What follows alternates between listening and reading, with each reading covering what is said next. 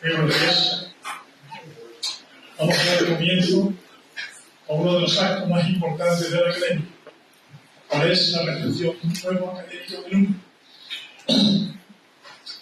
En este caso, se trata de una plaza de pediatría social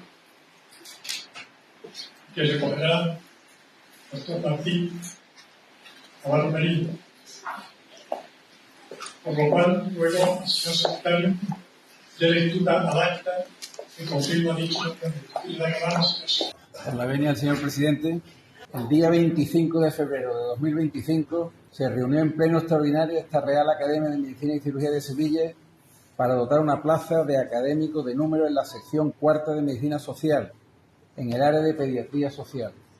Tras las oportunas votaciones, el Pleno acordó nombrar académico de número electo al doctor don Martín Navarro Merino, de cuya plaza tomará posesión en el día de hoy. Como secretario general doy fe, firmado Federico Argüelles Martín. Muchas gracias. Luego, el académico general los doctores Francisco Miguel Camacho Martín y José María Cruz Hernández, para que acompañen a la entrada al salón de académico número Martín Navarro Merino.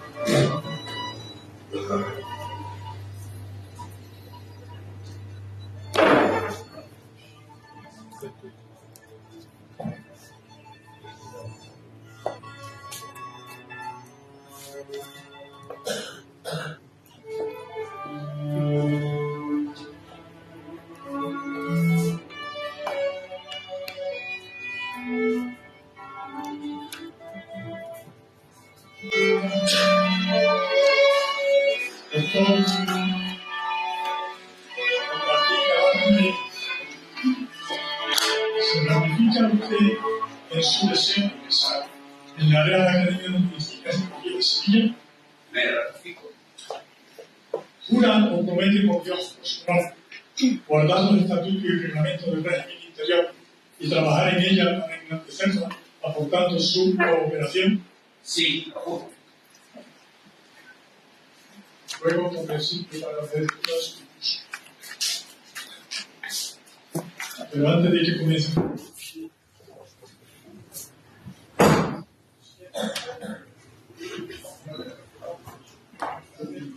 comentarle a las personas que nos acompañan en la mesa. A la mesa está don Benito Martínez Castellón, presidente del Instituto de la Academia de Andalucía, doña Concepción Carnesa, secretaria general de Familia, Igualdad, Violencia de Género y Diversidad de la Junta de Andalucía. El Altísimo Señor Don Pedro Navarro Merino, presidente del Colegio de Médicos de Málaga.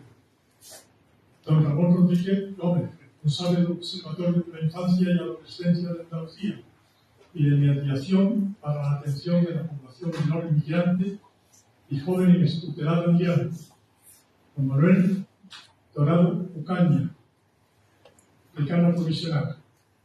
Ilustrísimo señor Don Joaquín Mueque Gil, miembro del orden de la Fundación. Doctor Navarro Merino, tiene la palabra. Excelentísimo señor presidente, excelentísimo e ilustrísimo señoras y señores académicos numerarios, dignísimas autoridades, representaciones, señoras y señores académicos correspondientes, señoras y señores, amigos todos. En este solemne momento en el que me dispongo a leer mi discurso de ingreso en esta docta casa, titulado Reflexiones sobre la pediatría y papel de la pediatría social en nuestro tiempo, debo comenzar con profundo respeto y honda emoción, expresando mi agradecimiento a todos los ilustres señores académicos que integran el claustro académico. Espero estar a la altura de la confianza que habéis depositado en mí para ocupar la plaza de Pediatría Social. Y como señala el ilustrísimo señor don José Antonio Durán Quintana, hacer academia. Hacer academia en la medida de mis posibilidades y con total entrega. Aunque mi gratitud es extensiva a todos, me veo en la necesidad de hacer algunos reconocimientos explícitos, aun a riesgo de omitir otros que también lo merecen, en parte por el tiempo limitado de mi exposición. En primer lugar, quiero darle las gracias al excelentísimo señor profesor don Carlos Infante. Gracias por presidir este acto. Su presencia lo engrandece y es una satisfacción y alegría para todos. Gracias por su ejemplo, capacidad de recuperación y consejos. A los señores académicos de mi sección cuarta, los ilustrísimos señores don José María Rubio, don Jaime Boceta y de manera muy especial a don Ignacio Gómez de Terreros, don Pedro de Castro y Joaquín Lucena, que confiaron en mí para presentarme como candidato para ocupar la plaza de Pediatría Social. Gracias, profesor Ignacio Gómez de Terreros, mi maestro en la Pediatría Social. Sin su orientación y apoyo y estímulo permanente, hoy no estaría aquí. Siempre me ha impresionado en él su capacidad de trabajo, siendo inasequible al desaliento, y su gran facilidad para fomentar el trabajo en equipo. El profesor Cruz Hernández, gran maestro de la pediatría, en su discurso de entrada como académico de honor en esta Real Academia, dijo de él: hace tiempo que me siento hermanado con el profesor Ignacio Gómez de Terreros, hermanado por el interés común en la pediatría social, terreno donde él es sin duda una fuente inagotable de sabiduría. Ignacio, lo importante no es lo que camina, sino la huella que dejas al andar. Y la tuya es profunda, quiero poner la primera diapositiva, y la suya es profunda tanto en la vida personal como en lo referente a la pediatría social. Aquí en una imagen con nuestro entrañable profesor Hugo Galera, Ignacio Gómez de Terreros y Federico Argüelles. He tenido la fortuna de encontrarme en el camino de mi vida con don Pedro de Castro. Es difícil definir a una persona como él. Me la presentó el profesor Cantillana después de un acto académico recién incorporado como académico correspondiente. Desde el primer momento sentimos un magnetismo entre ambos y ese magnetismo se mantiene hasta ahora. Para mí, como digo, es difícil definirle como persona de tanta calidad científica y humana. Las palabras más adecuadas serían que usted, don Pedro, es como un padre. Gracias a mi querido profesor Cantillana, hoy, desgraciadamente, no de presencia física, pero seguro que está entre todos nosotros. El profesor Cantillana, un gran maestro de la cirugía, cuántas vivencias hemos compartido durante nuestra etapa hospitalaria. Siempre estaba cuando te necesité y siempre he sentido por ti una gran admiración y cariño. Hoy cristalizada en una gran amistad. En tu abrazo siempre siento al amigo y al hermano. El doctor Joaquín Lucena, gracias por su amistad y por su apoyo en la presentación de mi candidatura para ocupar la plaza de pediatría social. Al profesor Jesús Locertales y a don Blas Rodríguez de Quesada, gracias por las enseñanzas con los enfermos pediátricos que hemos compartido. A la memoria del profesor Hugo Galera, un gran amigo. Su maestría y mi admiración hacia él perduran en mi recuerdo. Gracias a todos los ilustres señores académicos de número y académicos correspondientes. Gracias a Cristina Chinchilla y a Maribel Pérez. Dos personas muy importantes para la Academia como para la Fundación. Gracias por vuestra ayuda y colaboración de siempre.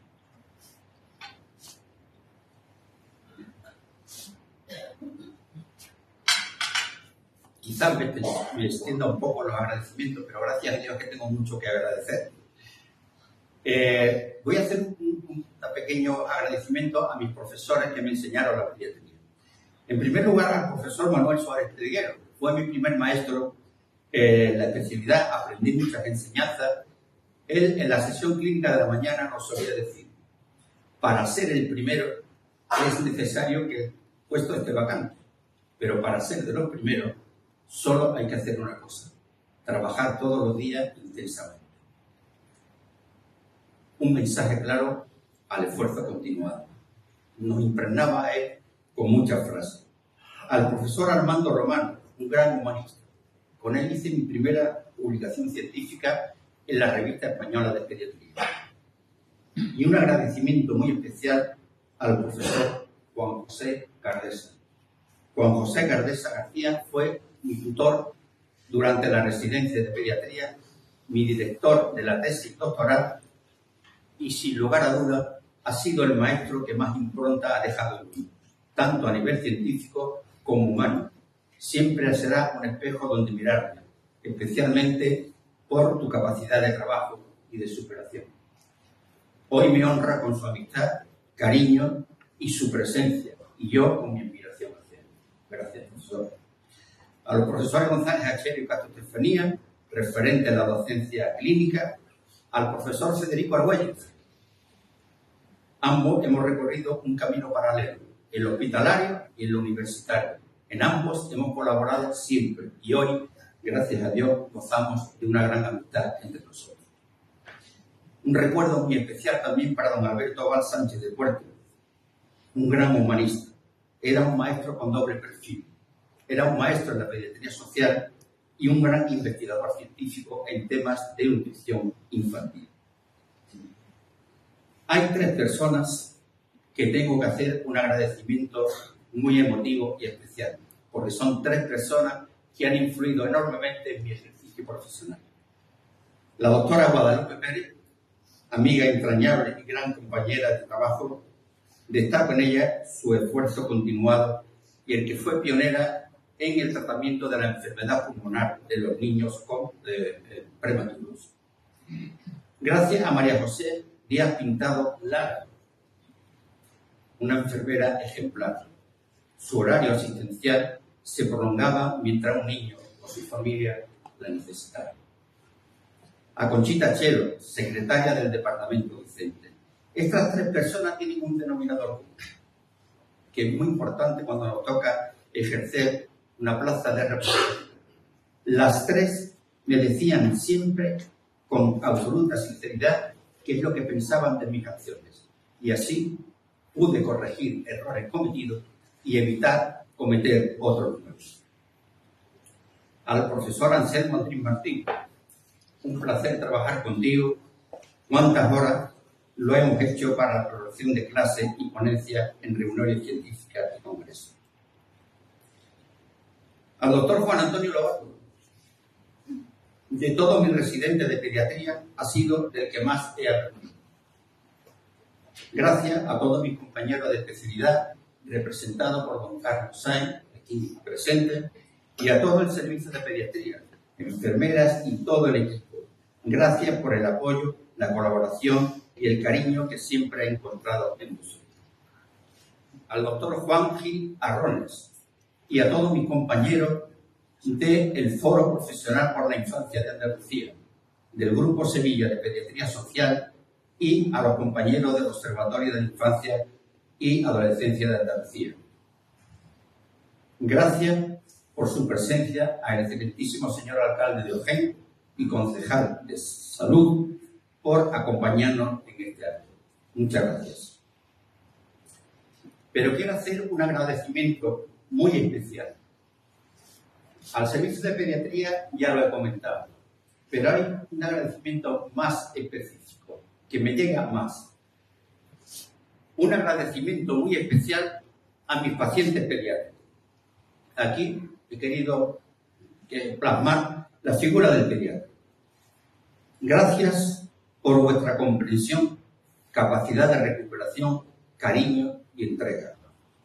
Para resumirlo en una frase diría: los niños han sido mis mejores maestros, los que más me han enseñado. El niño nunca miente.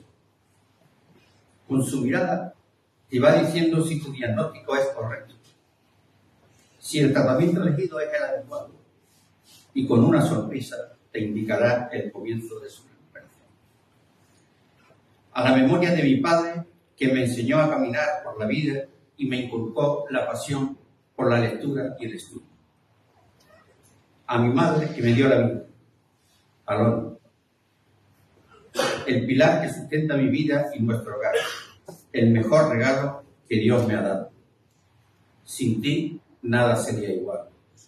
Hoy, este premio que recibo es tuyo también.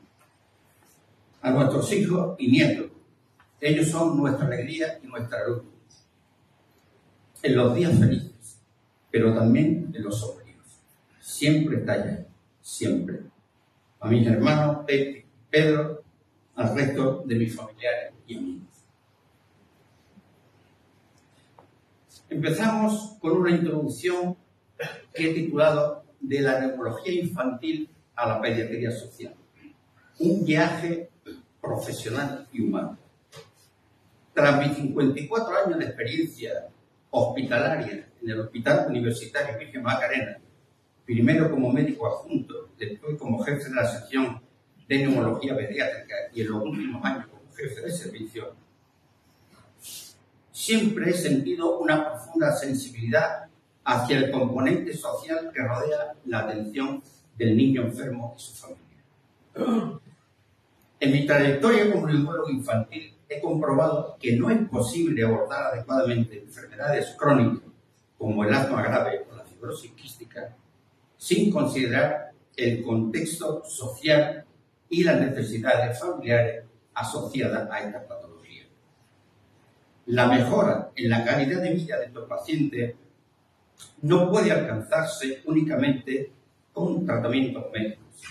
Requiere también apoyo psicológico, emocional y material en el entorno del niño y su familia, lo que es justamente el ámbito de la pediatría social.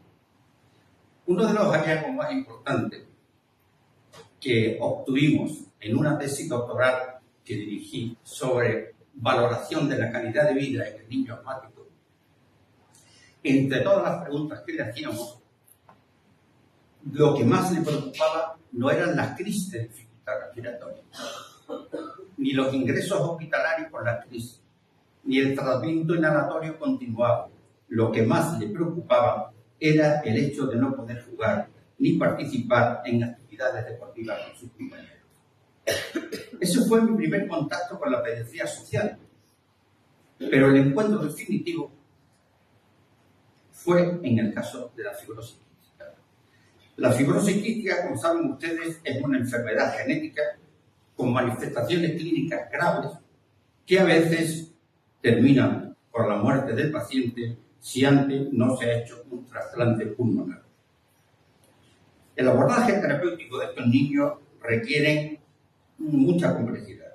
Rehabilitación respiratoria, terapia inhalada, administración de antibióticos por vía intravenosa, ingresos hospitalarios frecuentes y apoyo psicológico. Sin una atención integral que contempla la dimensión humanitaria, social y el apoyo a la familia, es imposible la supervivencia de estos niños. Lo expresa con crudeza el lema de la Sociedad Andaluza de Fibrosis Quística. Tú respiras sin pensar, yo solo pienso en respirar. Cuando oyes esto de un niño afecto, realmente es muy difícil no emocionarse y te motiva a entregar todo tu esfuerzo a su cuidado y al de su familia. En este sentido, junto con el profesor Federico Argüelles, logramos crear una unidad de fibrosis quística que estaba compuesta por un equipo multidisciplinario en el cual pues había neumólogos, había gastroenterólogos, especialistas en nutrición, especialistas en genética, psicólogas, asistentes sociales, personal de enfermería, equipo de rehabilitación, es decir, un equipo multidisciplinario. Con este equipo sufrimos mucho, pero también fuimos muy recompensados. Siempre recibimos más de esos niños y de sus familias que el esfuerzo que nosotros le podíamos dar.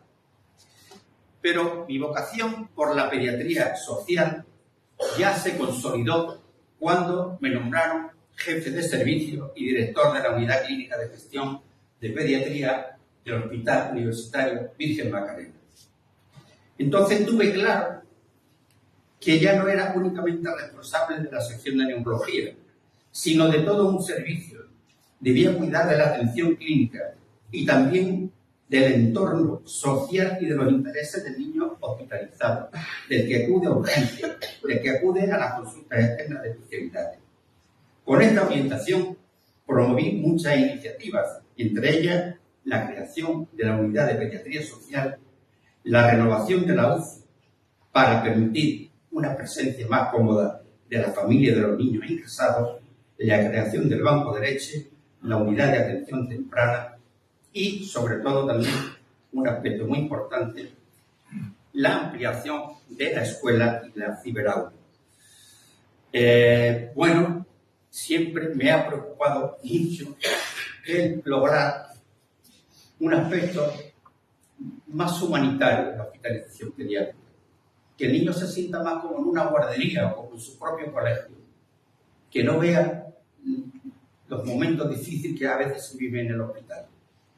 Y, entre otras cosas, junto con la profesora del ciberaula, siempre procurábamos hacer, aquí en esta imagen, un teatro infantil que estaba destinado a los niños hospitalizados y en el cual participaban también los familiares. En concreto, humanizar la hospitalización pediátrica. En definitiva, llegué a la pediatría social desde mi trabajo en la neumología infantil, donde siempre he vivido con especial atención la dimensión social de la especialidad. Y desde hace 7 años, ya sin responsabilidad asistencial, me he dedicado plenamente a ella bajo la guía del profesor Ignacio Gómez de Terrero, mi maestro en esta rama de la pediatría. Por todo ello, he querido que mi discurso de ingreso tenía que basarse en hacer unas reflexiones sobre la pediatría y qué papel jugaba o va a jugar la pediatría social en nuestro tiempo. No podemos hablar de pediatría social sin hablar un poco de la pediatría. La pediatría desarrolló su base científica a finales del siglo XIX en Francia, Alemania, Reino Unido y Estados Unidos. En esta primera época, nuestro país sigue un criterio de pediatría preventiva y social, de puericultura, probablemente lo más correcto para la edad.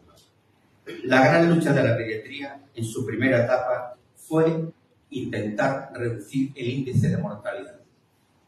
En el año 1910, en España, la cifra de mortalidad era alarmante. 160 recién nacidos por cada 1000 nacidos vivos. En el 2017 hemos bajado al 3,3. Y en la última comunicación del Instituto Nacional de Estadística estamos en 2,6 de mortalidad por cada 1000 recién nacidos vivos. Los primeros pediatras tenían una fuerte implicación social y de protección a la infancia. La potenciación de la medicina ambulatoria, entre otras razones, por la falta de recursos y el retraso en la creación de hospitales en España, hizo que la pediatría ambulatoria jugara un papel muy importante. Podemos decir que fue la precursora en Europa de la atención a la infancia a nivel ambulatorio. Un ejemplo de ello fue la magnífica labor de doña Felicidad Abril, madre del ilustrísimo señor Jesús Los Centrales. Ella fue pionera en la pediatría en nuestro país, una de las primeras mujeres licenciadas en medicina, 2000-2006. Una gran pediatra. Ella decía, Me enfoco en proporcionar una atención integral y personalizada a cada paciente y su familia. Una definición perfecta de pediatría social. En el primer tercio del siglo XX fue la consolidación de la especialidad de la pediatría. Ya la pediatría era una especialidad consolidada y con grado de madurez. Fijaros que en principio, en las primeras épocas, la atención a los recién nacidos y prematuros no era de los pediatras, sino de las matronas y de los obstetras. Todo fue cambiando. En el recorrido de la vida se acaba como se empieza, incluso en la necesidad de cariño, apoyo, similitud emocional y entrega. Se puede apreciar, y aquí hay muchos ejemplos de ello, en la relación entre los abuelos y los nietos. Del médico de cabecera al pediatra. ¿Por qué ese paso? ¿Por qué se produjo? Pues se produjo porque el niño no es un hombre en miniatura. No lo es. La pediatría es la medicina integral aplicada al niño, cuyo rasgo fundamental es el crecimiento y el desarrollo. Y esto lo diferencia de otras etapas. El impacto de cualquier nosa, infecciosa o no, va a tener un mayor efecto que en la repercusión de la edad adulta. Y posiblemente pueda dejar secuelas. Ejemplo, la repercusión de la hipoxia sobre el desarrollo cerebral, la secuela de las infecciones del tracto urinario en el parénquima renal o la enfermedad pulmonar crónica del prematuro. Por este motivo, un rasgo fundamental de la pediatría es su capacidad de prevención. Las medidas de prevención hay que hacerlas en el periodo prenatal y desde el nacimiento. Si las retrasamos, ya llegamos tarde. Lo repite con frecuencia el profesor Gómez de Carrero. Cada niño nace con su genoma y en él lleva implícito su tendencia y severidad a enfermar, sus mecanismos de defensas. Y esto no podemos cambiarlo, pero sí podemos actuar sobre factores ambientales para evitar enfermedades y mejorar la calidad de vida de los niños y de los adolescentes. En la actualidad, el avance de la genética se amplía o se aplica como técnica diagnóstica, como ayuda a la elección terapéutica, sobre todo en leucemia y tumores, y como consejo genético. Recapacitemos.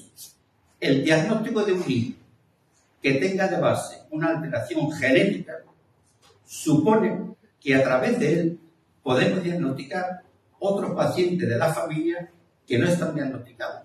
Y lo que es más importante, podemos dar un consejo genético para evitar genopatías en futuras gestaciones. Se puede decir una vez más que aquí el niño ha sido el padre del hombre. El niño va a proporcionar una mejoría en próximas generaciones. De ahí la frase a veces no comprendida, pero quiere decir eso. Riesgo de deshumanización. En pediatría, en medicina en general, pero en pediatría, hay que rodear los progresivos avances de la necesaria humanización, de una inteligencia emocional que permita que al conocimiento se sume la motivación, la empatía, la autodisciplina y más aún la habilidad social. El profesor Cruz Hernández, un gran maestro de la pediatría, decía: ser pediatra no es solo una especialidad médica, ni siquiera una vocación, sino algo más, una forma de vivir. Insiste, la formación humanística es importante a la hora de hablar a la familia, a los niños, adolescentes, y con ello intentar comprender mejor el dolor humano. Nada nuevo a la luz de los pensamientos de Séneca.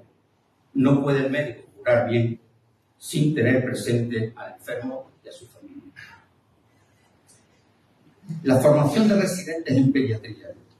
Esto es un aspecto muy importante y un aspecto que nos gusta mucho resaltar. Lo primero que le decimos a un residente que rote por pediatría es: tienes que aprender a distinguir cuando un niño está gravemente enfermo o no. No te pido un diagnóstico de entrada, pero sí que sepa distinguirlo. Y es muy importante para ello decirle que es fundamental escuchar, hacer una historia clínica detallada, explorar, pensar y pedir la prueba complementaria acorde con lo que has pensado para confirmar el diagnóstico. Voy a poner un pequeño ejemplo vivido y que resume un poco la importancia de la historia clínica y de la exploración. En un día de guardia, yo era ya adjunto, responsable en ese día, me consulta un residente porque ha atendido a una madre que viene con un lactante por crisis de llanto. Él lo explora, le hace una anamnesis, no ve claro, no encuentra una causa etiológica de qué le puede pasar al niño. Bueno, vamos a verlo. Voy y le digo a la madre, bueno, no se preocupe, señora, porque el niño lactante con mucha frecuencia tiene crisis de llanto, y a lo mejor no es nada importante. Y me dice la madre, doctor, mi niño llora de una manera diferente. Este llanto es diferente. Mi niño tiene algo. Por eso siempre hay que decirle al residente, tienes que creer lo que te digan los padres, creerlo. Bien, pues vamos a explorar al niño. Cuando vemos el niño, nos encontramos, me encuentro que el niño está semidesnudo. Está con el pañal puesto y el pañal le cubre hasta la línea umbilical, un poquito más arriba de la línea umbilical. Señora, quítele el pañal. O sea, quitarle el pañal, observamos una prominencia en el conducto inguinocrotal derecho, el niño tenía una hernia inguinocrotal encarcelada. Un diagnóstico se ha hecho con una historia clínica detallada y una exploración rigurosa. Bienvenidos todos los avances tecnológicos. Bienvenido a la inteligencia artificial. Manuel, bienvenido. Pero hay cosas que en medicina y sobre todo en pediatría no se pueden perder. Una historia clínica y una exploración detallada. El abuso de pruebas complementarias es una deshumanización de la medicina y en pediatría se puede considerar como una forma de maltrato infantil. No se deben abusar de analíticas repetidas sin estar justificadas o de radiaciones innecesarias por radiografía y estar repetido. Llevo mucho tiempo reclamando la implantación de una cartilla infantil de radiación que no he podido conseguir, pero bueno, es una de las metas pendientes. Decirle a los residentes, solo se diagnostica lo que se piensa y solo se piensa lo que se sabe. Hay que pedir pruebas para ratificar lo que tú has pensado, pero no pruebas. Por último, y por no cansar, un consejo que le damos a los residentes también. Debéis constituir una barricada frente al desánimo del trabajo. De los tiempos actuales, sobre todo, encontraréis crecientes obstáculos, pero no caer en el lamentable estado del pediatra agotado o quemado y pensar que la suerte siempre te coge trabajando. Aunque siguiendo nuevamente el pensamiento de Séneca, el camino de los consejos es largo, el del ejemplo es corto y eficaz. Debemos predicarle a nuestro residente con el ejemplo, dentro y fuera de la clínica. En cuanto a la hospitalización pediátrica, muy breve, decir que el primer hospital del mundo, hospital pediátrico, se fundó en París en el año 1802, Hospital de San Famona. 75 años más tarde se fundó el primer hospital pediátrico de España, el Hospital del Niño Jesús de Madrid. Esto explica en esa etapa de transición el papel que jugó la pediatría ambulatoria. Con el desarrollo de la red hospitalaria, en la década de los 60, nos dimos cuenta que había que reflexionar. Hasta entonces, los pediatras se centrábamos en la atención integral del niño. El niño tú lo veías como un intérprete. Pero poco a poco vimos que teníamos que depender de las especialidades de adultos.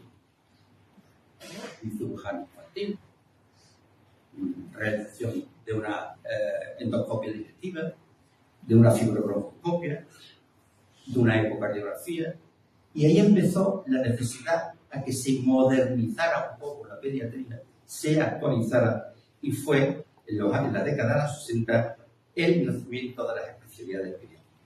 Es decir, que el Hospital Infantil La Paz fue la cuna y fue una guía para todos nosotros.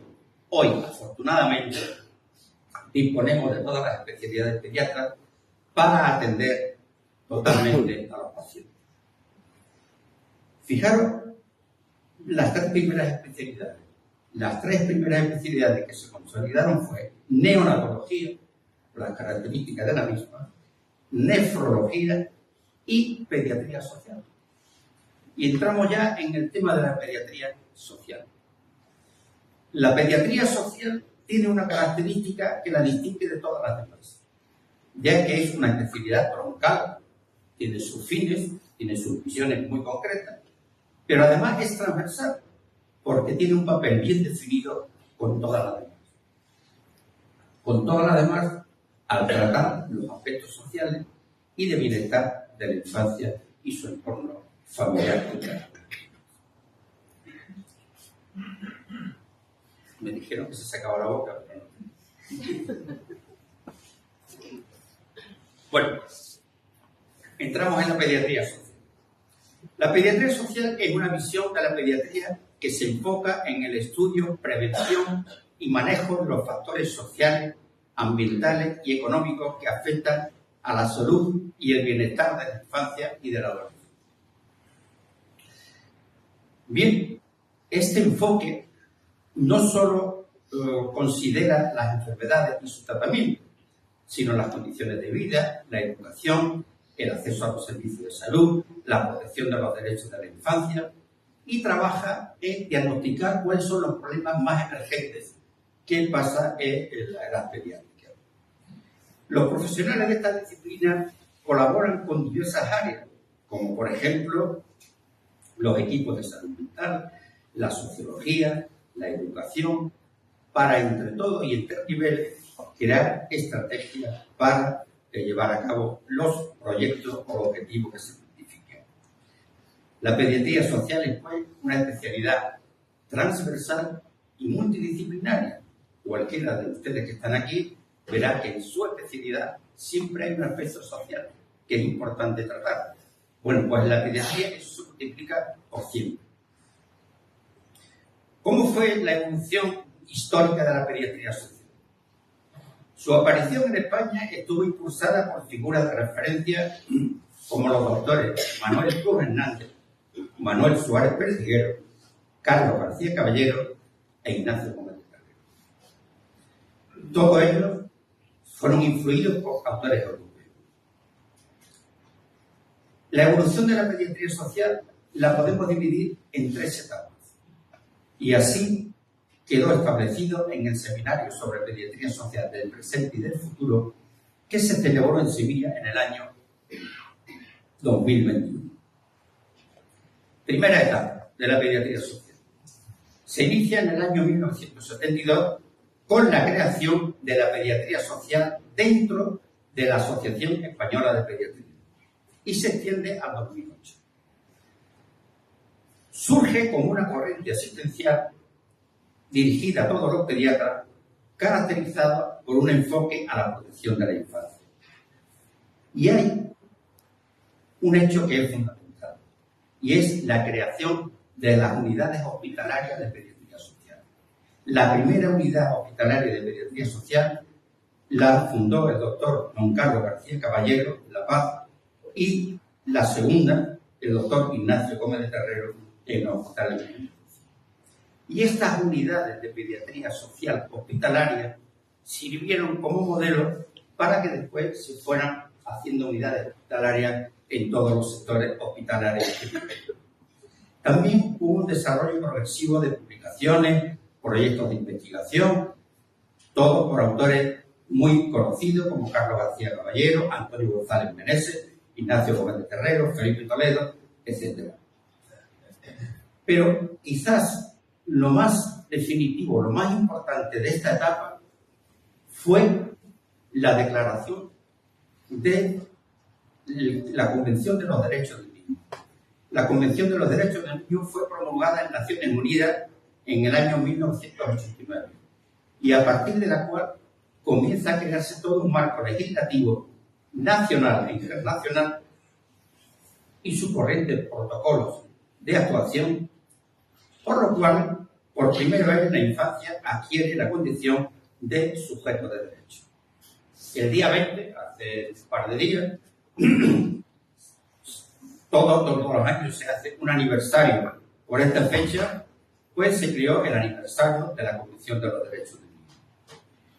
En una segunda etapa de la pediatría social, es la necesidad de extender a todas las áreas específicas de la pediatría una formación básica en pediatría social. Que todos los pediatras, no solamente todos los pediatras, sino todos los implicados en las áreas de pediatría social, deben tener una formación básica. Pero a la vez hay que tener unas áreas de capacitación específica que normalmente están en las unidades hospitalarias, donde hay especialistas de segundo nivel, especialistas de referencia.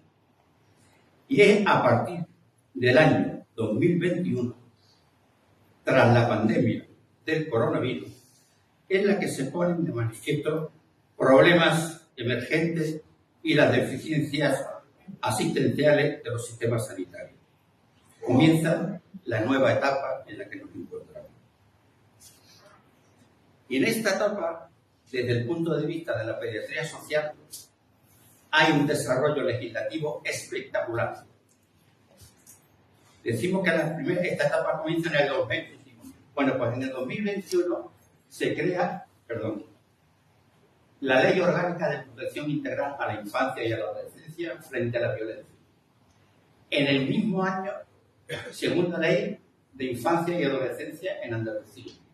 En el 2023, Protocolo Común de Actuación y un tercer plan en la infancia. Y en el 2024, otro plan estratégico de salud en la infancia y adolescencia. ¿Qué supone esto? Pues supone un avance espectacular en el conocimiento de lo que es la pediatría social, en los problemas más emergentes que tenemos para atender, y sirven como una base para una actuación clínica, para una actuación por parte de la pediatría. ¿Cómo podíamos resumir un poco parte de lo que he dicho? La misión de la pediatría social la podemos clasificar de la siguiente forma. Como misión primera, impulsar, colaborar en la práctica clínica en la asistencia de los derechos de la infancia. Hay que crear estrategias de coordinación. Estructuras sanitarias asistenciales adaptadas a los problemas de los niños. Lo que antes hablaba, la humanización. No es lo mismo una hospitalización de un niño que de un adulto. Creando protocolos clínicos claros y una atención efectiva e integral. Y después, el último punto que hemos dicho, que también es importante. Tenemos que crear y formar a profesionales que puedan llevar a cabo esta labor.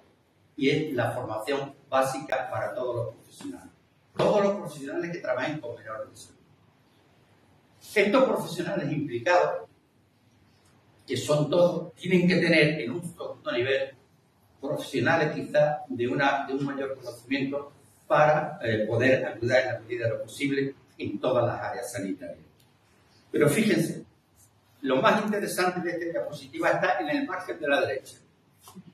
Ni los pediatras, ni los asistentes sociales, ni las enfermeras, ni, todo el personal que actúe socialmente al lado del niño para ver una mejoría en su calidad de vida, podrá hacer su trabajo si estos profesionales no tienen una interconexión con las instituciones.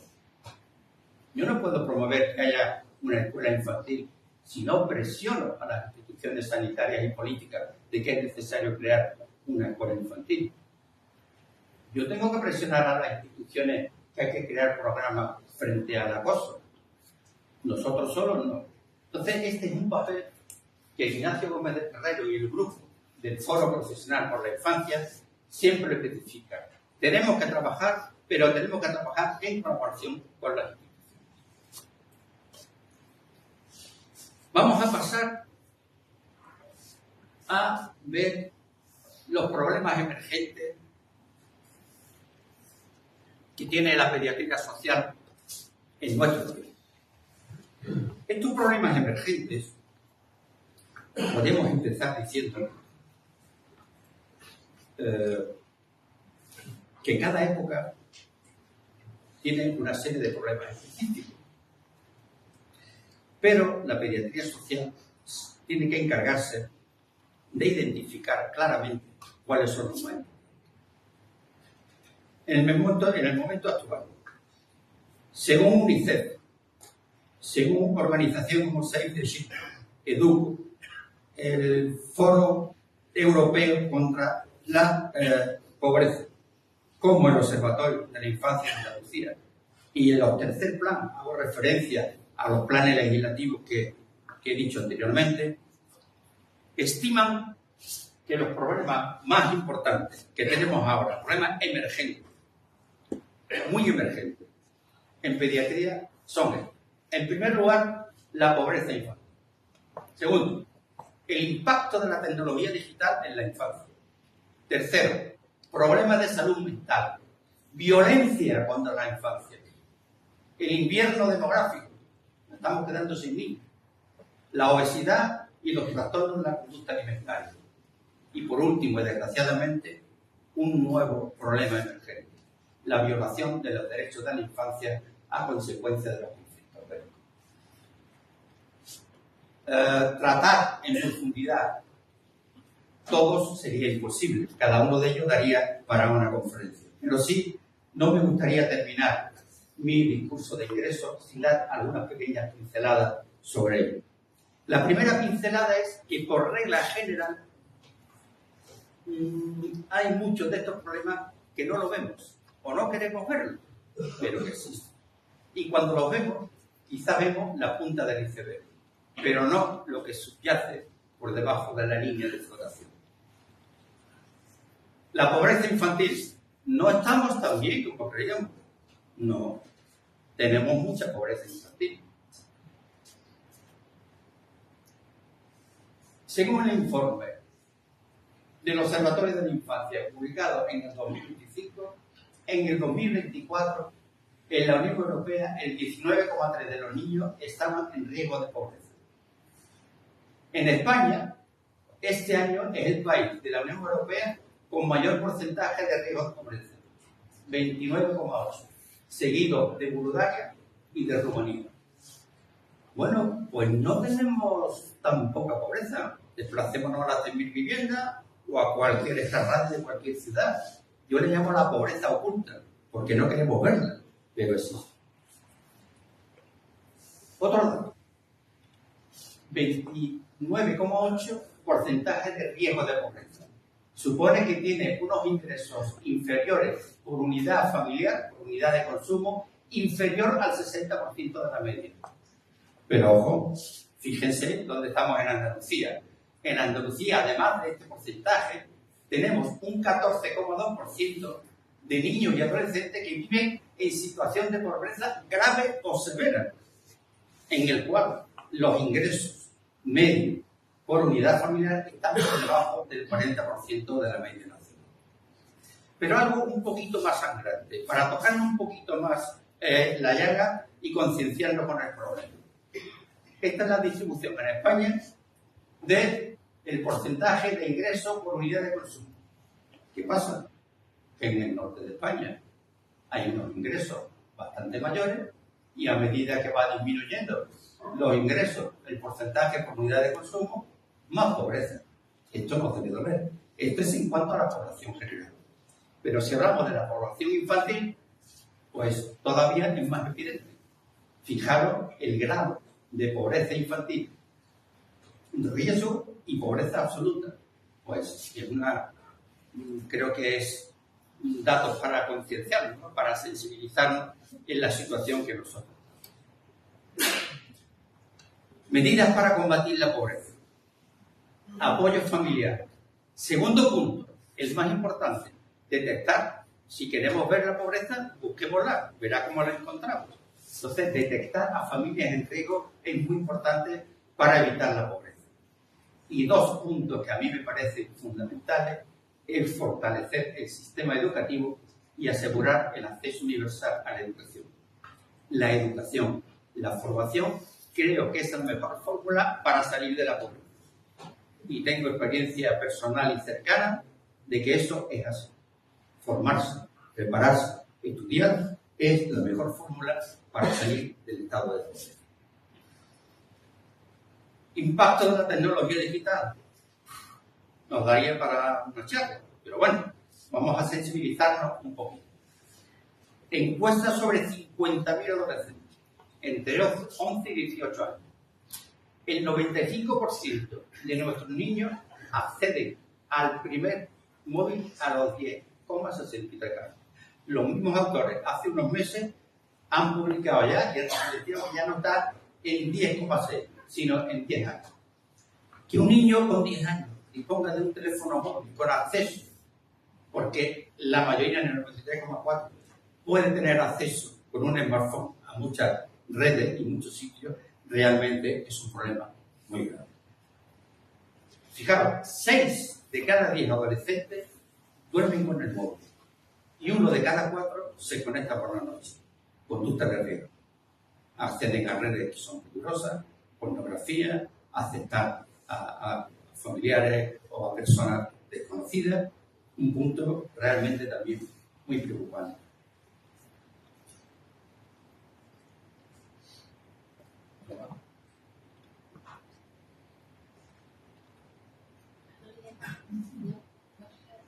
¿Eh? ¿Ahora? Ahora. Bueno, vamos a ver aquí un poquito resumido, pero creo que es importante. El 40% de los adolescentes pasa más de 5 horas diarias, y en el fin de semana el 58%. Pero si se fijan en la última columna, hay un grupo no despreciable de un 17% que utiliza el móvil todo el día. Y ese porcentaje aumenta los fines de semana a 27,7%. Acoso escolar, ciberacoso, un drama actual, vivido por todos. Bueno, tanto el acoso como el ciberacoso son importantes los dos. El acoso tiene un lugar, tiene un tiempo. El ciberacoso no tiene lugar, no tiene tiempo, es todo el día. Pues bien, 2, por no mirar cifras y complicarle la vista, 2 de cada 10 adolescentes podrían estar siendo víctimas de acoso o de ciberacoso. ¿Cuáles son las consecuencias? El niño que tiene un acoso escolar o un ciberacoso demostrado tiene un menor grado de estado de bienestar emocional. Son niños que emocionalmente ya tienen un desajuste importante. Tienen una menor integración social, no se integra socialmente y tienen menos satisfacción por la vida. Le lleva a grados de depresión. Pero ¿qué es lo que hay detrás de esto? Tanto el acoso escolar como el ciberacoso debemos anticiparnos a su diagnóstico, porque a lo mejor llegamos tarde. ¿Qué es lo que ocurre? Pues fíjense. Acoso escolar y ciberacoso. Ideación suicida. El 26,9%. O sea que el 26% de niños que tienen acoso escolar o ciberacoso han tenido una ideación suicida. ¿Y qué pasa?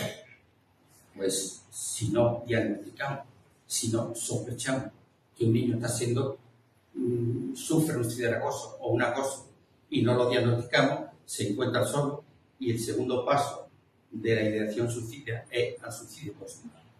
Y esto es una cosa que tenemos que anticiparnos. El niño que tiene un acoso escolar o un ciberacoso no lo manifiesta. Hay como una ley del silencio, un miedo. Entonces, este es un problema que nos debe preocupar bastante. Inteligencia artificial. Y aquí tenemos los defensores, cursos y demás. Bueno, yo voy a ser un poco crítico. Ventajas, muchas. aprendizaje personalizado, acceso a la información, desarrollo de habilidades, diversión y entretenimiento, pero riesgo, privacidad del propio sujeto que lo utiliza, dependencia excesiva. Ahora, eso puede incluir en una disminución al esfuerzo educativo para adquirir conocimiento. Yo lo pido, me lo da, no me esfuerzo. Y después una dependencia excesiva, que hay niños que su consultor psicológico es la inteligencia artificial. El otro día en un programa de televisión le decía a un chico, ¿tú qué utilizas la inteligencia artificial? Para todo. Dice, entre tu padre, tu mejor amigo y la inteligencia artificial, ¿de quién te fías más? Dice, de la inteligencia artificial. Una dependencia excesiva que en un momento determinado puede llegar a crear problemas de impacto en la salud mental. Consejo, pues educación, ley reguladora, pero doy un dato aquí para haceros pensar a todos. Solo el 23% de las familias hacen un control de los mecanismos de móviles, pantallas y tal. Un 23%. Por lo cual hay un campo donde tenemos que profundizar y seguir actuando. La salud mental infantil. Este es un problema emergente de una gran gravedad. El último informe de la UNICEF de 2024 dice que entre el 10 y el 20% de los adolescentes de todo el mundo experimentan problemas de salud mental. Y aproximadamente la mitad de los trastornos mentales están en niños que son menores o antes de los 14 años. ¿Por qué se produce eso? Pues bueno, vivimos en la sociedad que vivimos y aquí tienen. Ha aumentado estos factores por el impacto del COVID, el estrés académico, las dificultades familiares y, por supuesto, el uso de las nuevas tecnologías. ¿Cuáles son los problemas más importantes con los que nos encontramos en pediatría social? Trastornos de la depresión y ansiedad, trastornos de la conducta alimentaria y un punto que tendremos que tocar y tendremos que desarrollar y trabajar desde la academia: ideación suicida en adolescentes. Después de la ideación suicida puede venir el suicidio. Y los tres factores más importantes están el acoso escolar, la violencia familiar y el ciberacoso. Aquí tienen el 20% de niños que sufren acoso escolar, en el 20 tienen ideación suicida. Y en el ciberacoso prácticamente el mismo porcentaje. ¿Qué tenemos que hacer? Bueno, hay que fortalecer los servicios de salud mental infantil, fortalecerlos muchísimo. Hay familias con niños con problemas importantes y le pueden dar 6, 7, 8 o un año en lista de espera para atender sus problemas. No me quiero extender mucho, pero hay que promover políticas públicas. Lo que decía antes, la pediatría social no se puede ver solo con la pediatría, hay que promover acciones sociales con formaciones públicas. Bueno, en la infancia no todo es felicidad, como debería serlo. Aquí tienen otro apartado importante, que es el maltrato y la violencia en la infancia. La violencia contra la infancia es un problema grave de salud pública y de derechos humanos. En estimaciones internacionales, más de 1.000 millones de niños entre 2 y 17 años sufren algún tipo de violencia. Y aquí sí que hay una ley de silencio, que el niño no lo manifieste. Aquí tienen, por ejemplo, el resultado de un trabajo: niños con una edad media de 15 años, el 7% ha sufrido violencia física en el núcleo familiar y violencia psicológica en el 16%. Preocupante.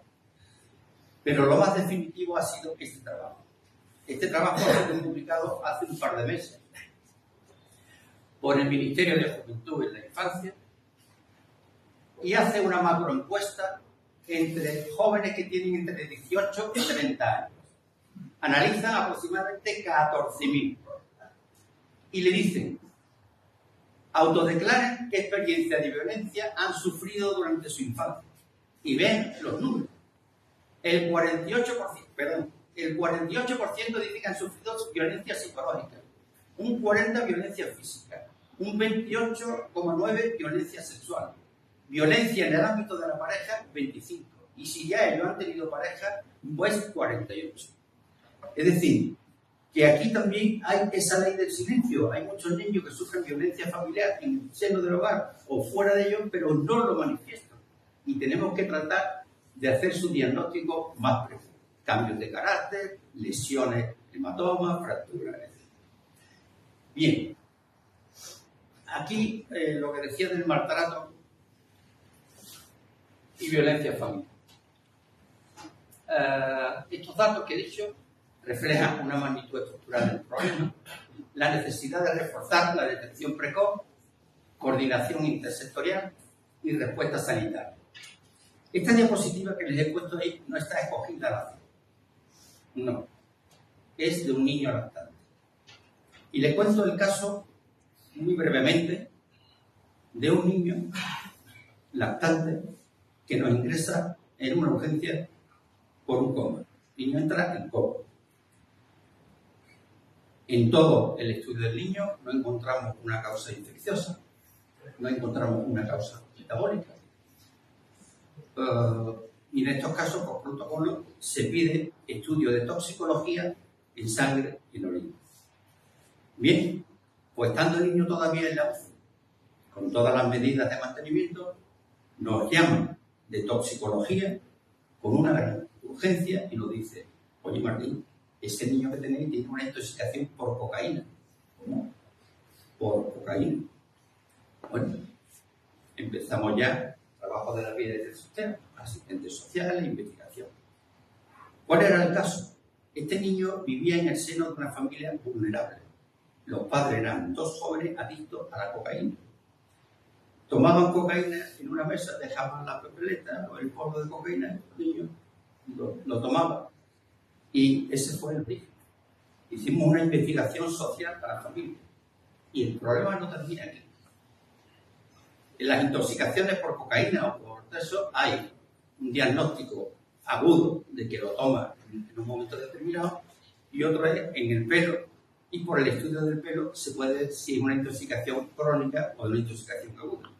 ¿Saben ustedes lo que tuvimos que hacer? Los padres se negaron a que le quitáramos un mechón de pelo al niño y tuvimos que hacer pues, las medidas con el apoyo de las organizaciones jurídicas y tal, y lo pudimos conseguir. Y el niño tenía una intoxicación crónica por cocaína. ¿Qué quiere decir esto? Que en el maltrato y la violencia tenemos que estar alerta. Y siempre que entremos un niño que viene a lo mejor por fiebre y diarrea, y a la exploración le vemos que tiene hematomas por todo el cuerpo, o que tiene una fractura, pues son signos que uno debe pensar que puede estar siendo objeto de una violencia. Y denunciarlo y poner en marcha el mecanismo de investigación. Bueno, vamos a seguir. Demografía infantil ya más rápido. Estamos en un invierno demográfico. La disminución de la natalidad es alarmante. En Andalucía 4,29 puntos, en España 3,83. Es sabido por todos. Pero hay un punto que me gustaría también relatarles a ustedes, sobre todo a mis amigos obstetras, y es esta diapositiva. Estamos teniendo un envejecimiento de la maternidad. O sea, cada día tenemos mujeres embarazadas más añosas. Vean que las franjas más importantes son madres entre 30 y 39 años, el 62%. Más de 40 años, el 8%. Sin embargo, los menores de 25 y entre 25 y 29, menos. Esto tiene una consideración también social y de pediatría social, porque tendrán mayores problemas en el control de su gestación y una mayor incidencia de recién nacidos con problemas cromosómicos, con problemas genéticos. Vamos a ver. ¿Qué medidas son necesarias? Tenemos que hacer algo para tener más niños.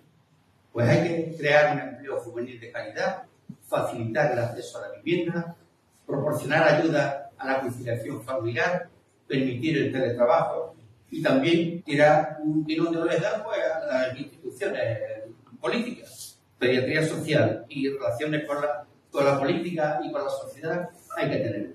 Este es un dato comparativo en el gasto público por prestaciones familiares entre España, que hace 1,36 del PIB, Francia, que hace un 3,68 y Suecia, que hace un 3,54. Es necesario, más o menos, que nos equiparemos a estos países que estoy nombrando.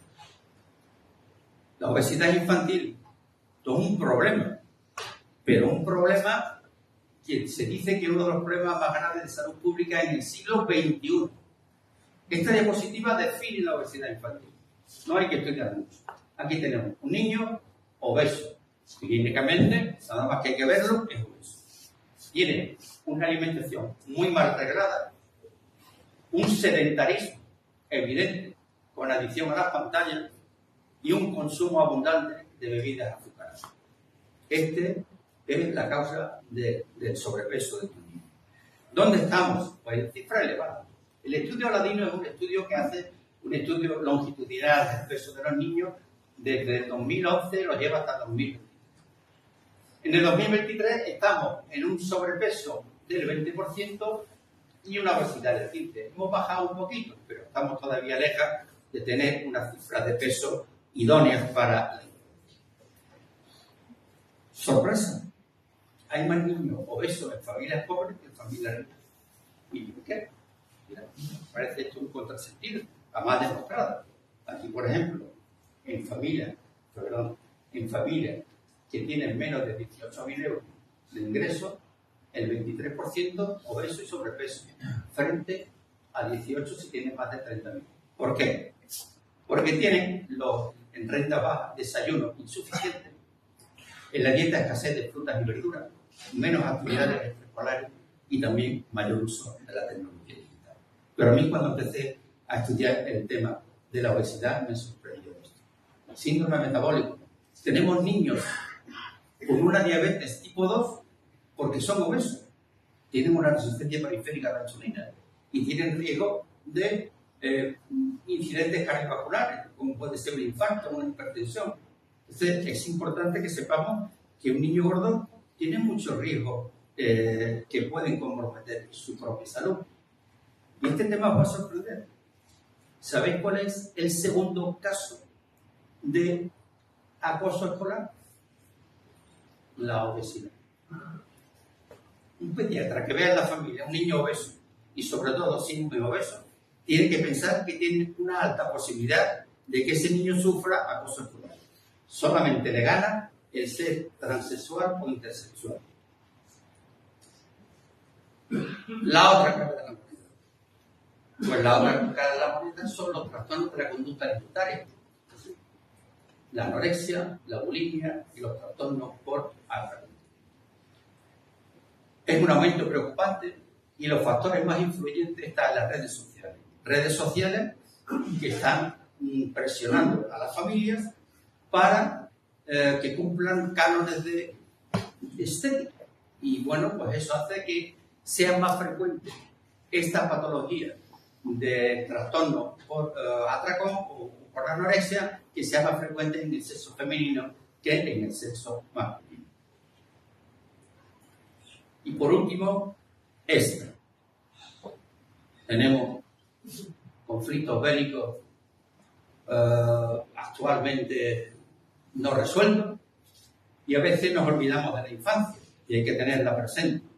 La Sociedad Española de Pediatría Social y a esos comunicados para atender a este tipo de ayuda.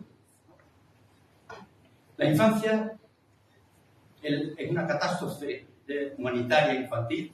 Los niños son sujetos de violencia, tienen una desnutrición y inanición forzada y tienen destrucción de infraestructuras sanitarias. Yo diría que es importante que nos concienciemos de que la infancia no puede seguir siendo la víctima silenciosa de los conflictos bélicos. Este es un problema también emergente de la pediatría social. Si quieren poner la siguiente, por favor. Bueno, la pongo yo. Retos, y con esto termino. Retos de la pediatría social del futuro. ¿Cuáles son los retos? ¿Qué tenemos que hacer? Incorporación de las nuevas tecnologías. Aquí, las nuevas tecnologías nos pueden ayudar para atender telemáticamente zonas que no están cuidadas. La telepediatría se tiene que desarrollar, sobre todo en familias vulnerables. Mayor integración con políticas públicas. Un mejor enfoque en la salud mental, unas acciones ante el cambio climático y una mayor equidad en salud. Pero si ven ustedes en la diapositiva, que estos datos están sacados del tercer plan que está a la derecha, Subrayo en celeste las dos que, bajo mi punto de vista, son más importantes. Mayor integración con las políticas públicas, lo que he venido recalcando durante la exposición, y que esto tiene que ser un trabajo comunitario y de participación social. Para arreglar estos problemas tenemos que colaborar todos, es un problema social y de trabajo comunitario. Y bien, vamos a pasar a la siguiente. Si puede apagar un poquito, podría bajar la luz un poquito. Después de toda la exposición que le he dado, muchos dirán, hombre, se nos ha pasado un poco, Martín, se nos ha pasado un poquito, tal. Pues me gustaría que miraran esa imagen y que dentro de esa imagen nos relajáramos antes de que yo pueda leer, si me encuentro, mi epílogo. Bueno.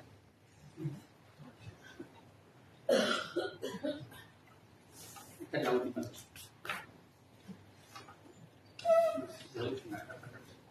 Bueno, yo creo que lo puedo decir, casi de memoria. En mi epílogo decía que el profesor Cruz Hernández era... Casi no lo veo yo. Muchas gracias. Falta otra vez.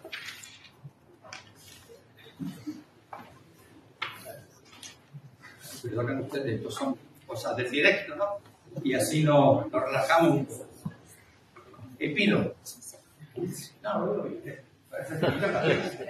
Está un compañerito ahí, está estupendo. Epílogo. Siguiendo al profesor Manuel Cruz Hernández, académico de honor de esta academia, que solía observar desde el balcón de su casa de Cádiz, el profesor Cruz Hernández era un andaluz por los cuatro costados. Nació en Málaga, se trasladó a Granada, hizo su carrera en Granada, se fue de catedrático a Cádiz y terminó en Barcelona. Su añoranza por Andalucía era grande. Pues él decía que le gustaba, desde el balcón de su casa de Cádiz, ver las estelas blancas que dejaban los barcos al pasar. Ondas efímeras en la inmensidad del mar, cuya línea de espuma blanca va desapareciendo con el tiempo, a veces de manera rápida, otras más lentamente. Y él decía, podemos comparar estas estelas con las pandemias. Por las pandemias que hemos sufrido en nuestro tiempo. De esta forma pasaron las pandemias como la polio, la difteria, el sarampión, el VIH o la creciente del COVID. Cada una deja su huella en la historia, haciendo que la última haga borrar de la memoria a la anterior. Pero en la medicina nunca tenemos un mar en calma. Siempre aparece una nueva estela que tendrá su recorrido, su espuma blanca y su duración en el tiempo. En el campo de la pediatría social hay no una estela, sino muchas estelas.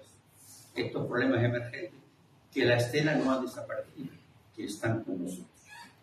Ante estos problemas emergentes que hemos comentado, que no podemos hacerlos desaparecer de forma súbita, nuestra tarea es observarlos, afrontarlos con un nuevo enfoque desde la pediatría social y con el mejor conocimiento y estrategia posible. Primero, intentando que desaparezcan. Y si no es posible por el momento, como es el tiempo que estamos, colaborando en paliar que sus efectos sean nocivos y creen secuelas irreversibles, sobre todo en la infancia y adolescencia, cuando el organismo está en una etapa de crecimiento y de desarrollo. Asumo con gratitud y compromiso el honor de incorporarme como académico de número a esta Real Academia de Medicina y Cirugía de Sevilla. Desde la vocación que me ha guiado toda una vida, trabajaré con entrega para que la pediatría social siga iluminando el camino de la infancia y de la adolescencia. Y ojalá, al hacerlo, pueda dejar también mi huella, una levísima estela blanca en el inmenso del mar del conocimiento y del vínculo. He dicho.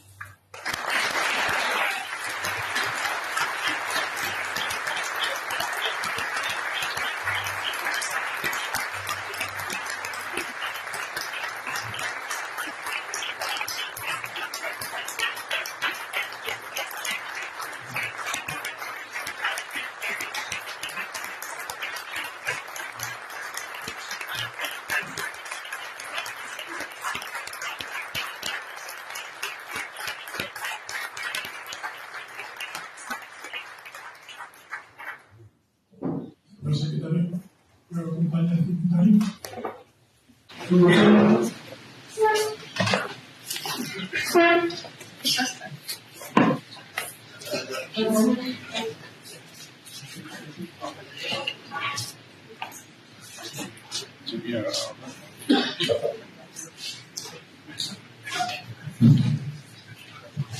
Nombre es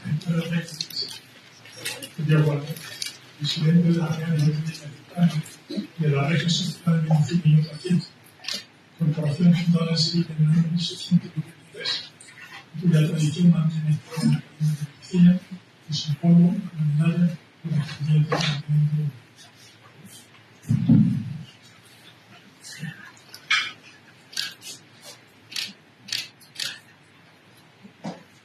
Asimismo, se lo entrega el documento que acredita dicho documento.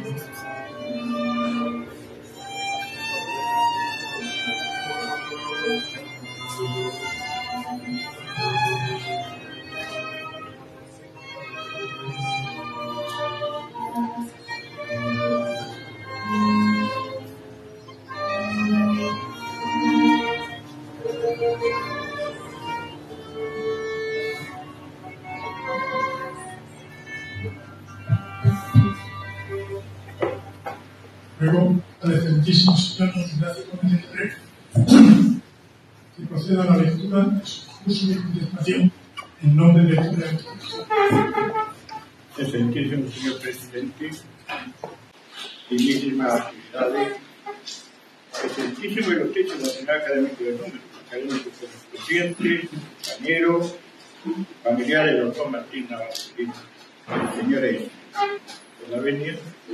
Querido presidente, ante todo, mi más efusiva felicitación por la concesión del premio Alfonso X Sabio en reconocimiento a la brillante trayectoria de cardiología y compromiso con una medicina profundamente humanística.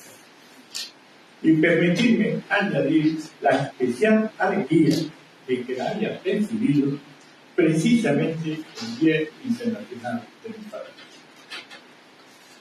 La recepción académica de un nuevo miembro constituye una jornada festiva para esta institución.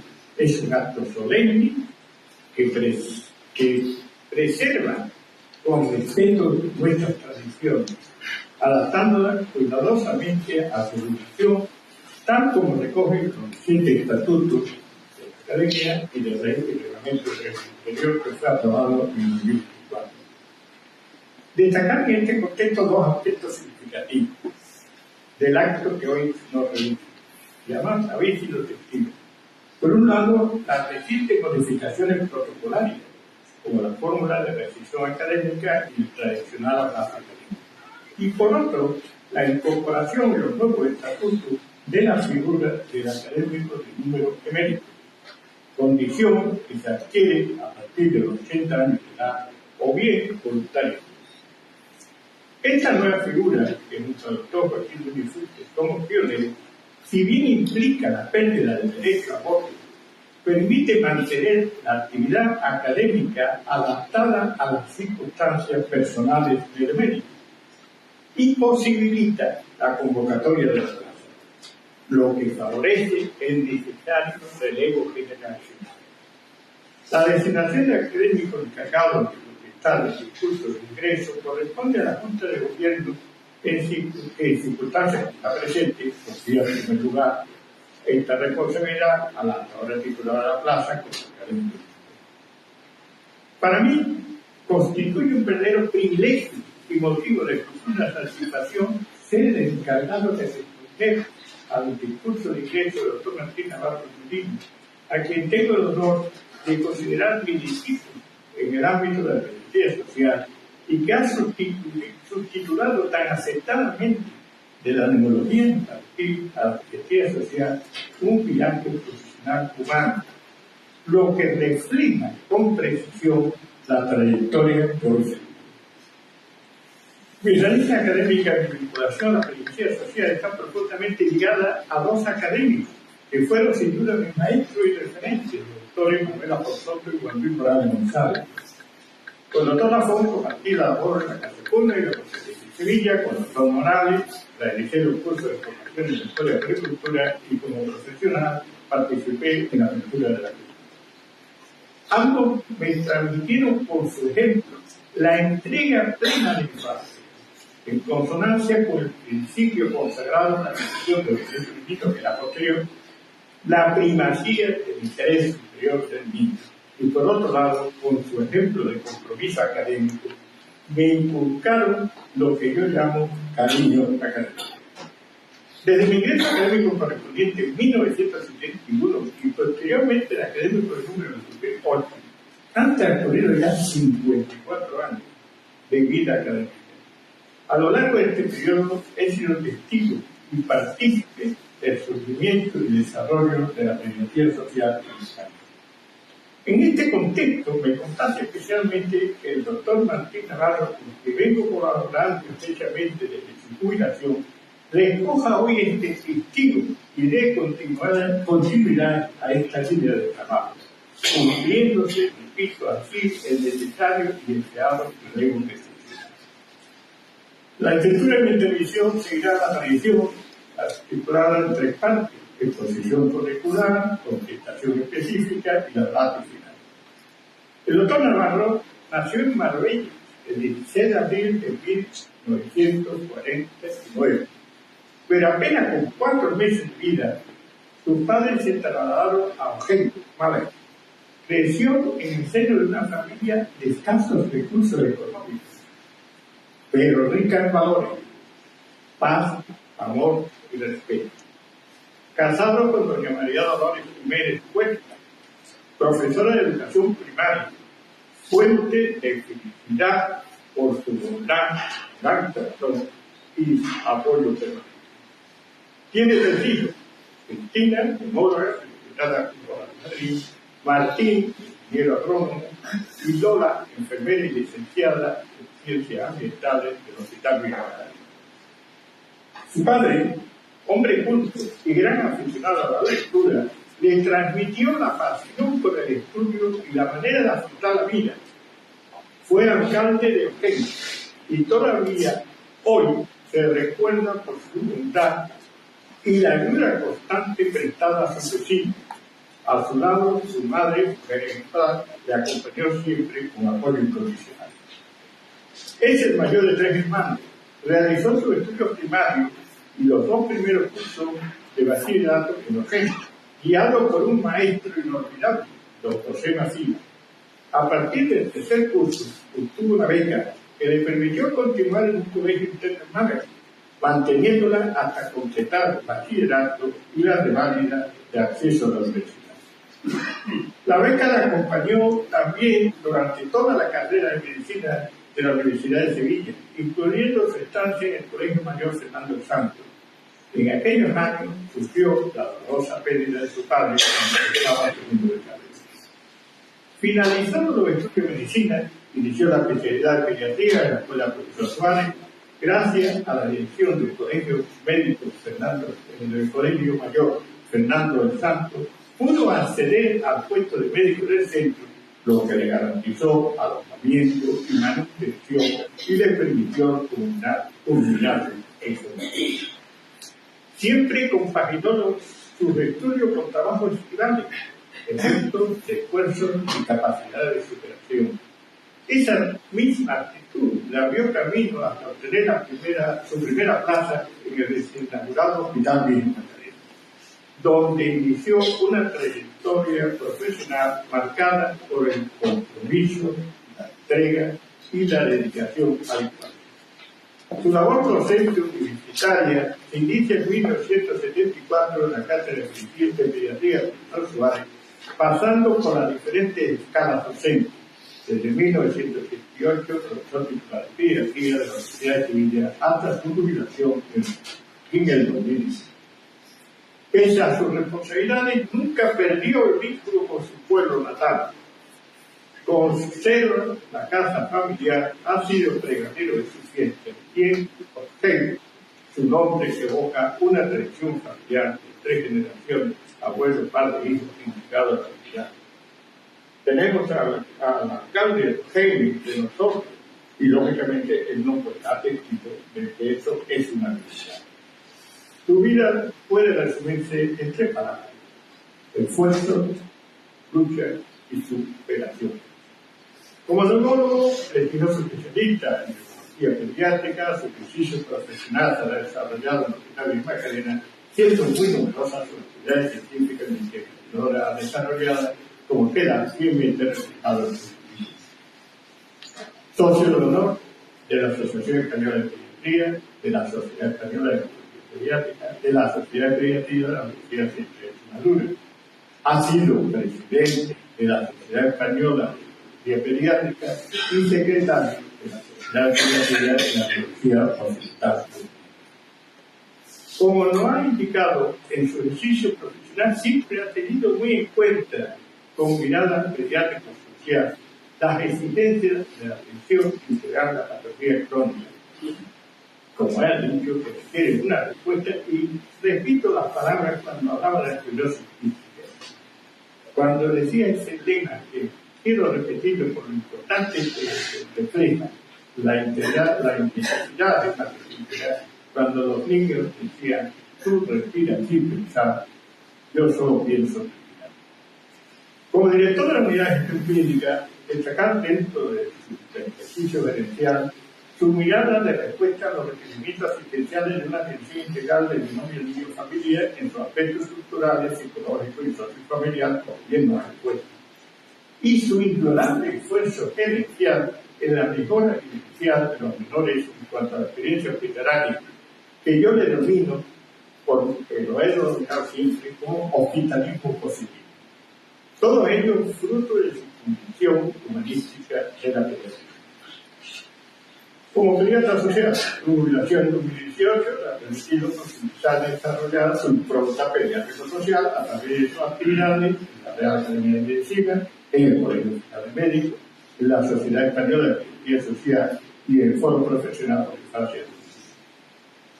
En el trabajo que conjuntamente hemos venido desarrollando en su jubilación, me ha dejado buena muestra de su total implicación, sensibilización y compromiso con el área específica de la especialidad de pediatría, que es la pediatría social, con lo cual tiene especial reconocimiento por la misma Sociedad Española de Pediatría Social. Muestra de dicha implicación institucional y social queda evidenciada en su siguiente actividad: asesor, investigador del equipo del Observatorio de la Infancia Andalucía, miembro del comité asesor del proyecto de salud mental y sistema de protección de menores de Andalucía, promovido por la Comisión Consejería de Salud y de Igualdad, profesor invitado de la asignatura de Medicina y Sociedad en la Facultad de Medicina, socio de la Asociación Andaluza para la Defensa de la Infancia y Prevención del Maltrato y socio de la Fundación contra el VIH. Entre sus aportaciones pediátricas sociales efectuadas a lo largo del año 2024 destacamos formar parte del equipo coordinador del segundo encuentro profesional de primavera promovido por el Foro Profesional por la Infancia y Andalucía, en cuyo comité organizador se encuentran representantes de colegios profesionales, universidades, ayuntamientos, diputación, defensoría del menor, técnicos de la consejería, así como antiguos. Participación en el segundo Congreso Andaluz de Familia e Infancia celebrado en Jaén. Participante invitado en la jornada de debate sobre la experiencia adversa de la infancia realizada por la Junta de Andalucía con la presencia de las tres consejerías implicadas. Asimismo, es de destacar su esfuerzo en visibilizar y sensibilizar a través de los medios de difusión la problemática de la infancia desfavorecida y en riesgo, como se recoge. En la convocatoria del premio de la Academia, en 2012, obtuvo el premio Profesor Suárez y en 2013 el Profesor Barro, ambos por trabajos neurológicos en temáticas con especial implicaciones pediátricas sociales.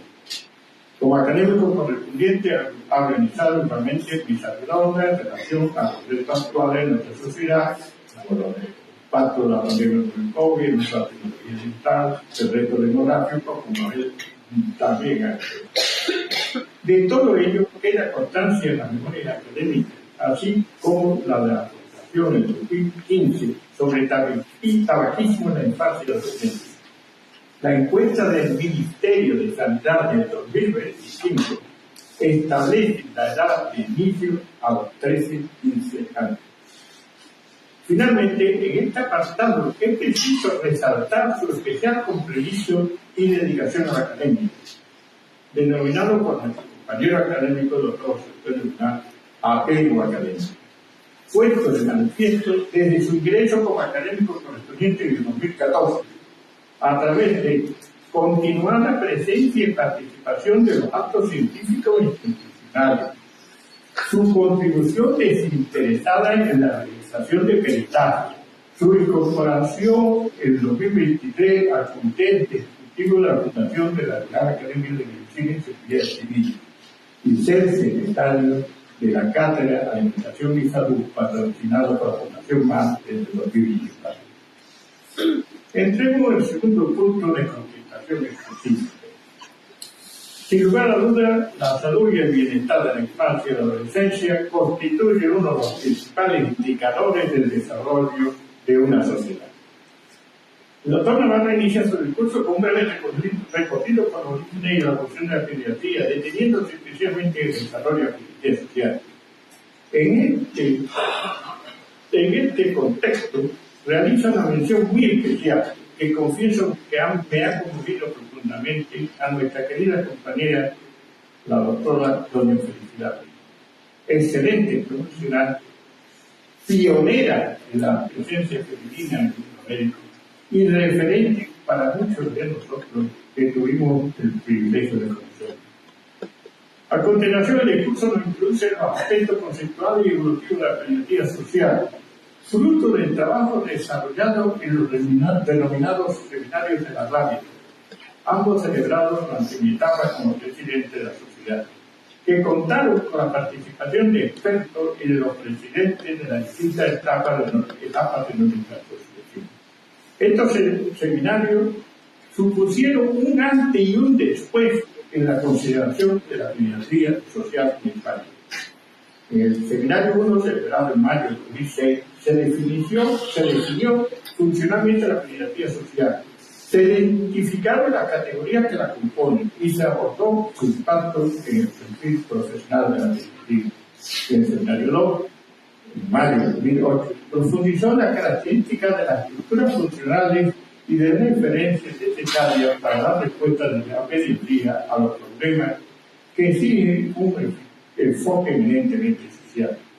Ambos encuentros encontraron continuidad, como él ha señalado, en el seminario sobre la pediatría social del presente y del futuro, celebrado en la Fundación Los Derechos Civiles en noviembre de 2021, en el que se presentó el documento sobre la capacitación específica en el área de la educación. No es necesario insistir en que vivimos tiempos de especial convulsión social, en los que la academia, fiel a su compromiso con la cultura hacia la sociedad, mantiene una presencia activa y significativa.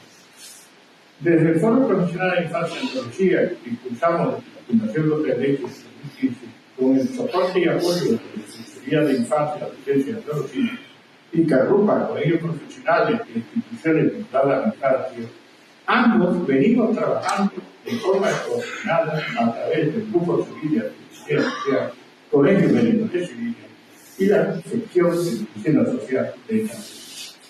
Con los siguientes objetivos, que creo que debemos remarcar, porque ha hecho referencia, pero es conveniente remarcar: visibilizar y sensibilizar sobre los desafíos que afectan a la infancia y a sus familias, impulsar un enfoque interdisciplinar e interinstitucional, asegurar la presencia ante los decisores políticos y sociales, elevando la voz de la infancia conforme al principio del interés superior del menor, y fomentar la formación de equipos comprometidos y cohesionados.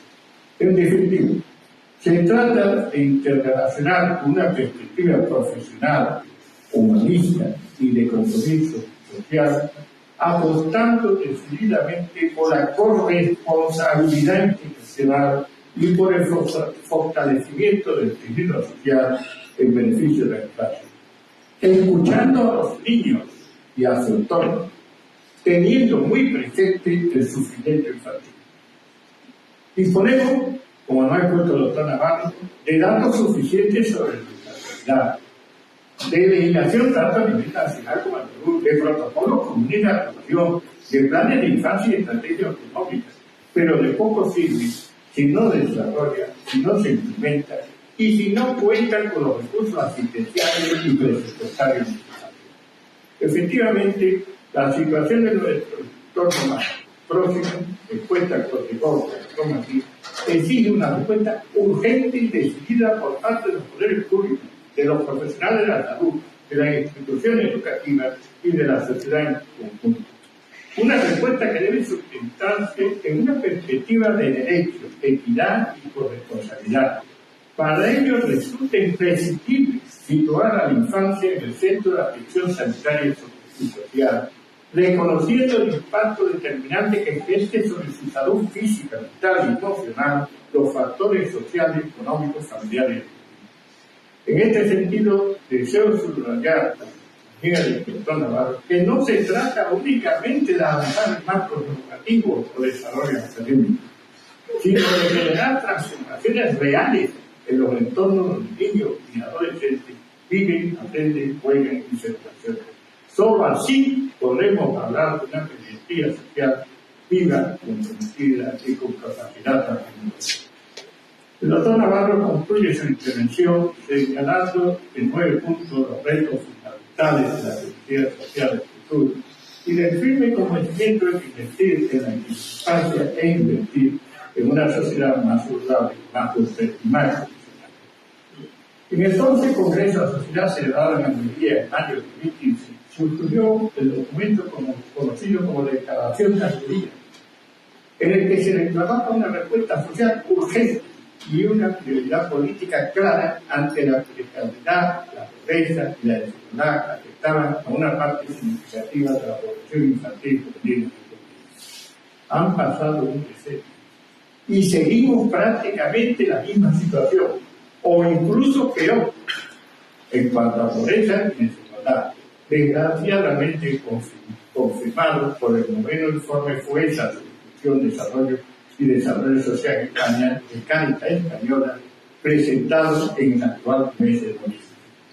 Debemos estar muy atentos para que el paso de abrir camino se convierta efectivamente en estar caminando hacia un nuevo contrato social, para que podamos evidenciar que se están dando pasos, trabajando con la convicción de que una sociedad fuerte y cohesionada solo puede construirse desde la colaboración entre los distintos ámbitos de actuación. Una mirada integral de perspectiva individual, colectiva y comunitaria, incorporando enfoques éticos, conductuales, biomédicos, sociales y económicos. La pediatría del futuro será más social o no responderá a las necesidades reales de la infancia. Hay que evitar que el enfoque social siga dependiendo más de la sensibilidad personal que de estructura institucional y percibir las barreras del entorno que dificulta integrar la dimensión social en la práctica pediátrica. La pediatría social no es un anexo, es una dimensión ética transversal y estructural. Entramos en nuestro apartado, la parte final. La feliz coincidencia de que esta solemne sesión, con la cercanía del Día Internacional de la Infancia, confiere a este acto un significado aún más profundo. ¿Qué mejor homenaje en esta fecha nuestra academia recibe a un nuevo académico de número, precisamente una plaza denominada Pediatría Social, de que es pionera entre las academias y expresión del compromiso de esta corporación con los niños y niñas, que son al mismo tiempo nuestros docentes más culturables y nuestro porvenir más tecnológico.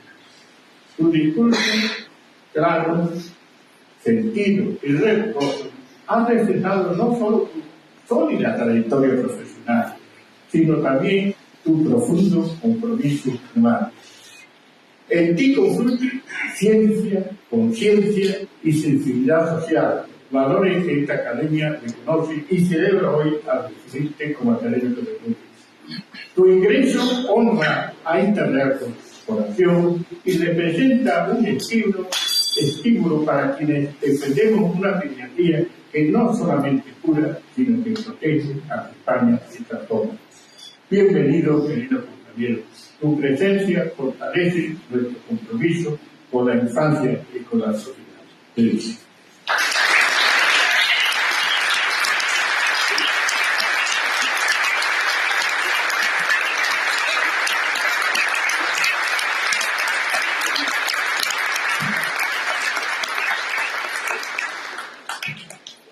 Me corresponde cerrar el acto y luego disculpen si encuentran alguna incongruencia. Una frase no es fruto de la indignación apresurada de algunos párrafos para hacerle menos tedioso. Doctor Martín Navarro, su discurso ha sido sin duda una lección magistral que honra a esta casa. Al oír su rigurosa exposición he sentido esa necesidad comunitaria de reflexión sobre el recorrido de las especialidades médicas. Hoy el doctor Navarro demuestra que nuestras especialidades no se desvanecen, cambian de mano y evolucionan en sus técnicas y aproximaciones, manteniendo la continuidad del conocimiento acumulado. Hoy no podemos dejar de reconocer la trascendencia de la figura que ha servido de faro en este camino, el profesor doctor don Ignacio Gómez de Terrero, un verdadero maestro de la pedagogía social, y hoy, como académico de número emérito, es pionero de esta figura sanitaria, dando el ejemplo necesario que debemos seguir. El doctor Navarro nos ha brindado una visión lúcida y rigurosa de los desafíos prioritarios y los problemas emergentes que hoy día padece la infancia y la adolescencia, a los que tan acertadamente se ha referido el doctor Gómez de Terrero, en un mar lleno de mareas simultáneas de estelas.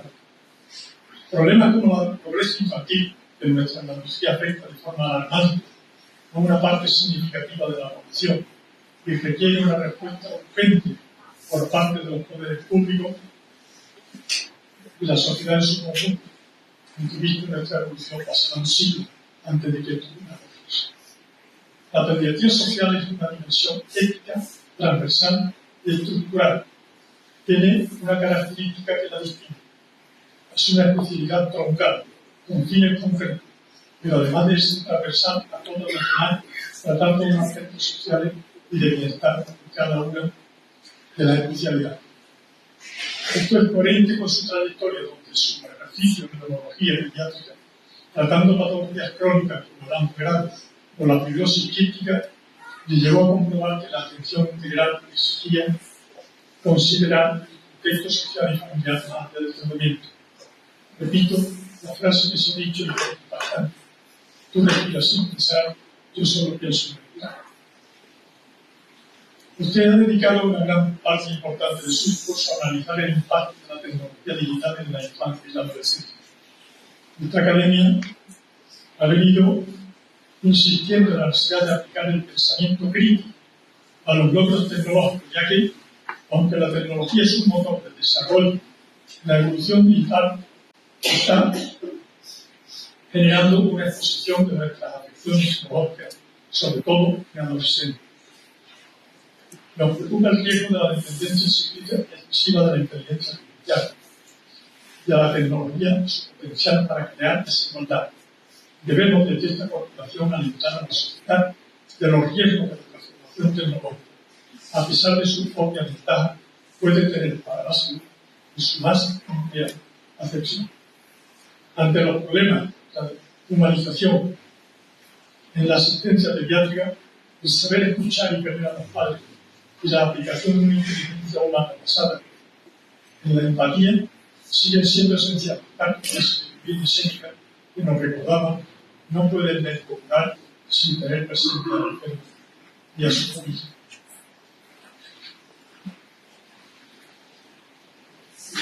Probablemente se padre.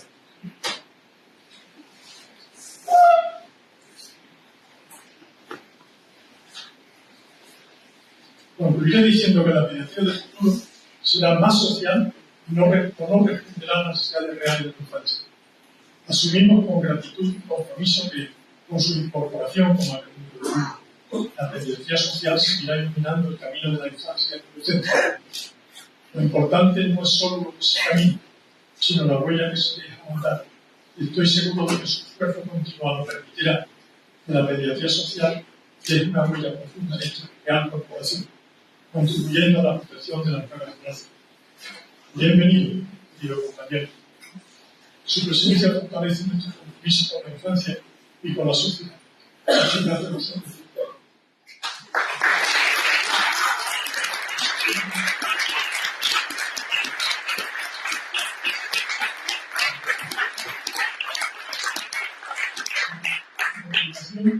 Puestos en pie, con el mayor respeto, ponemos los signos de la colectiva y